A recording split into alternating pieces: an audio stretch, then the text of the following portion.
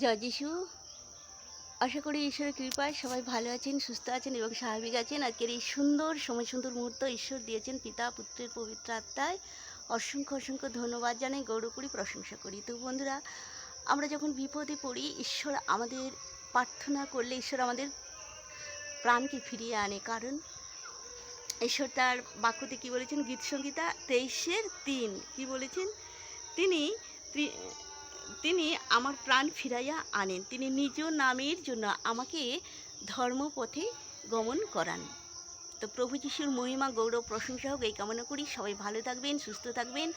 আর তিনি আমাদের প্রাণ ফিরিয়ে এনেছেন মানে তিনি আমাদের ধর্মপথে গমন করান, কারণ আমরা যেন সেই ঈশ্বরের রাজ্যকে সর্বদাই রাজ্য গড়ার কাজে নিযুক্ত থাকি।